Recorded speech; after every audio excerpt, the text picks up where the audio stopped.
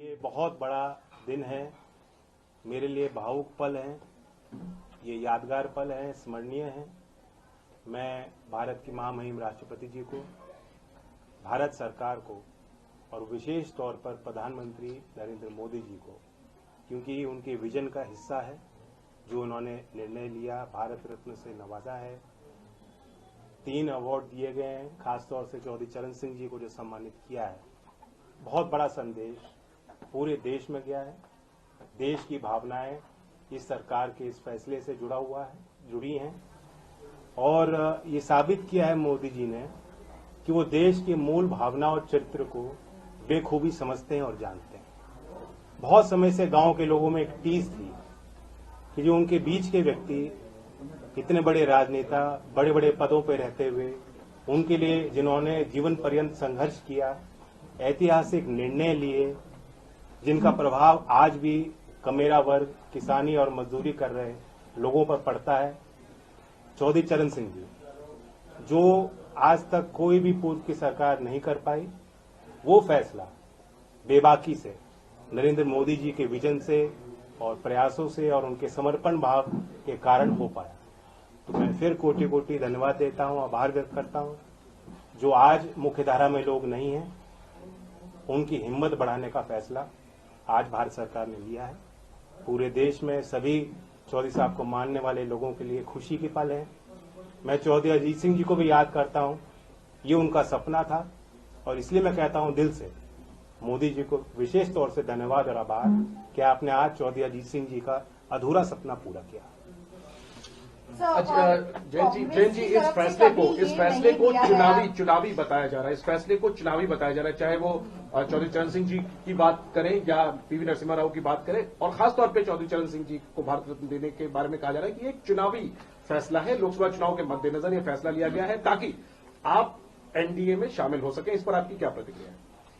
मुझे इतना वजन ना दें, चुनाव हारे हों जीते हों, मैं गठबंधन में जा रहा हूं, कितनी सीट मिल रही हैं, ये कोई मसला ही नहीं है। आज को वो फैसला लिया गया है जो पीढ़ी दर पीढ़ी याद रहेगा। चौधरी चरण सिंह के वैचारिक दृष्टिकोण को, उनके संघर्षों को, उनके किए गए कार्यों को हमेशा जिंदा रखने वाला फैसला है। और ये छोटी बातें हैं, अगर कांग्रेस पार्टी का विधिवत एक बयान आया है, मैं इस बयान की आलोचना ही कर सकता हूं। सर, कांग्रेस पार्टी के सरकार में कभी ऐसा नहीं हुआ, क्योंकि राष्ट्रीय लोक दल की तरफ से ये एक लंबी मांग रही है, आज की बात नहीं है।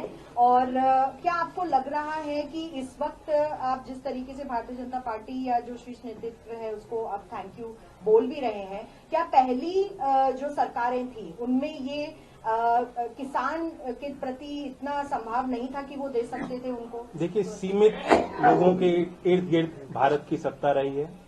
कुछ ही लोगों के जो मुख्यधारा में रहे, हमेशा से उन्हीं के हाथ में फैसले लिए गए हैं, उन्हीं के माध्यम से फैसले लिए गए हैं और अब एक नए भारत में ये सारी चीज बदलती दिख रही है। सर, अखिलेश जी ने कहा है कि चौधरी साहब को भारत रत्न देने की मांग सबसे पहले समाजवादी पार्टी पहले की मैं उनका भी स्वागत करता हूं, जिन ने समर्थन किया, जो इस फैसले के साथ हैं और जो चौधरी साहब के लंबी यात्रा में, जीवन यात्रा में उनके संघर्षों के साथ रहे, उन सबको बधाई देता हूं। ये अकेली कोई हमारी जीत नहीं है, सबकी जीत है और श्रेय सबको जाना चाहिए। पाने की अब आप भाजपा के साथ हाथ मिलाने के लिए तैयार हो, आप भाजपा के साथ हाथ मिला रहे हैं? देखिए, कोई कसर रहती है, आज मैं किस मुंह से इनकार करूं आपके सवाल। जो आपने बात पूछा कि कांग्रेस में पहले निर्णय नहीं लिया गया, मैं तो अंदर से जानता हूं कितनी बार चौधरी अजीत सिंह जी के मन में बात उठी, कितने बार उन्होंने प्रयास किए। बहुत मुश्किल से फिर एक बड़ा अच्छा कदम लिया गया था यूपीए 2 के टाइम कि लखनऊ उस समय अमौसी एयरपोर्ट था, वहां चौधरी साहब की प्रतिमा, विशाल प्रतिमा लगाई गई और उसका नाम बदला गया, चौधरी चरण सिंह जी के नाम से आज वो एयरपोर्ट है। मैं जानता हूं कितने गदगद हुए थे चौधरी अजीत सिंह जी उस फैसले से। आज अगर चौधरी अजीत सिंह जी जिंदा होते, कितने प्रसन्न होते, ये मैं अच्छी तरह समझ सकता हूं। तो मतलब ये जैन जी, ये मान लें कि अब आप भारतीय जनता पार्टी के साथ उनके शर्तों के अनुसार उनको ज्वाइन करेंगे और फिर आप यूपी में चुनाव। देखिए, आज कोई शर्त और सीट और चुनाव की बात करना, आज के दिन के महत्व को छोटा करना होगा। ये दिन, ये पल बार बार नहीं आते और इस जश्न में सब लोग शामिल हैं। बीजेपी से सर दूरियां कम हो गई है, इस बात को मान लें हम लोग? जब मैं इतनी बड़ी बधाई दे रहा हूं, प्रधानमंत्री जी ने आज वो फैसला लिया जो साबित करता है कि देश के मूल भावना और चरित्र को समझते हैं। चौधरी चरण सिंह जी के हर एक अनुयायी के दिल को जीतने का काम आज मोदी जी ने किया है। सर, आपका एक चवन्नी वाला जो बयान था बहुत सोशल मीडिया पे वायरल हुआ और जगह जगह लोगों ने उसको देखा, आज आप उसको कैसे देखते हैं? मैं अपनी एक भी ट्वीट डिलीट नहीं करूंगा। जिस समय पे मेरी भावना होती है उस अनुरूप परिस्थितियों के अनुरूप अपनी बात रखता हूं।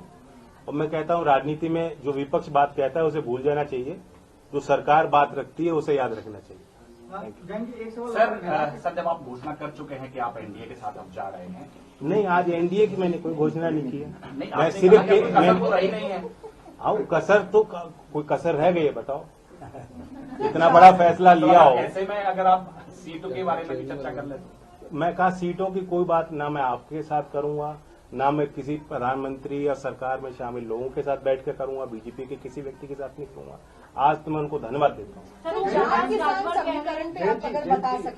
एक सवाल, ये वाकई में आज बहुत बड़ा दिन है आपके लिए और किसान समाज के लिए, खासतौर पर पश्चिमी उत्तर प्रदेश की बात करें, जिस तरीके से चौधरी चरण सिंह जी को भारत रत्न मिला है, लेकिन क्या इससे अग्निवीर का मुद्दा खत्म हो जाता है?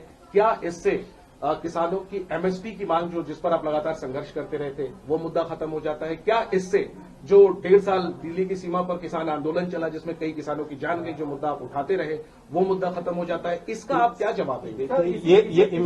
इसी सवाल में मेरा भी सवाल है, इन्हीं के सवाल में कि अभी जो 16 तारीख को और मार्च में जो किसान आंदोलन होने वाले हैं जिसको लेकर महापंचायत चल रही है, आपके क्षेत्र से भी किसान दिल्ली कूच करने की तैयारी कर रहे हैं, क्या आप उनसे बातचीत करेंगे कि नहीं? आप बीजेपी पर या केंद्र सरकार पर भरोसा? मैं इतना ही कहूंगा कि लोग ये सारे इन सवालों से जुड़े हुए जो लोग हैं, जो अपनी बात रखते हैं, लोकतंत्र में शिकायतें भी होती हैं, आंदोलन भी होते हैं, समस्या भी उठती हैं और ऐसा कोई एक हल नहीं निकाला जाता कि सारी समस्या आज तक जो है वो फिर खत्म हो जाए, समाप्त हो जाए और आगे कभी होए ना।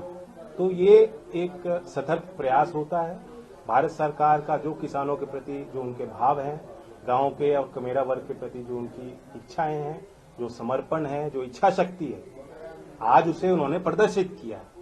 और लोग हिम्मत ले सकते हैं इस निर्णय से कि अगर कोई सरकार चौधरी चरण सिंह जी को इतना बड़ा सम्मान दे सकती है तो जो मुद्दे चौधरी चरण सिंह जी के अहम मुद्दे रहे, जिनके लिए उन्होंने काम किया, जिस वर्ग के उत्थान के लिए उन्होंने प्रयास किए, उनकी बात भी मानी जाएगी। Thank you. Sir, Akhilesh Yadav ji ने एक बयान दिया था, उनका कहना ये था कि पता नहीं जयंत जी क्यों जा रहे हैं, शायद उन पर कोई मजबूरी रही होगी या उन पर कोई सीबीआई, ईडी, आईटी, वैसे वो हिंट कर रहे थे कि शायद आप पर कोई मजबूरी हुई होगी। इस पर क्या कहें? नहीं, पता नहीं मेरे लिए कहा है, किसी और के लिए कहा। खैर, उन्होंने, मैंने एक बात पढ़ी थी कि दलों को खरीदने में जो सामर्थ्य है बीजेपी का, मैं कोई उनकी बात को काट नहीं रहा हूं। जो उन्होंने बात कही अपनी सोच समझ से कही होगी, लेकिन मैं ये कहता हूं कि सरकार ने आज जो निर्णय लिया वो दिल जीता है, कोई खरीदने की बात नहीं है। सर, ओम प्रकाश राजभर कह रहे हैं कि 12 तारीख वो तारीख है जब रालोद एनडीए का हिस्सा बनेगी, तो मान लिया जाए कि 12 तारीख को रालोद एनडीए का हिस्सा बनने जा रही है? पता नहीं, मुझे जानकारी नहीं। ओम प्रकाश राजभर जी को अच्छी जानकारी है। चौधरी अजीत सिंह जी का जन्म दिवस है, हम तो मनाएंगे उस तारीख, सारे देश में मना। Thank you, thank you so much. मेरे तरफ से लड्डू।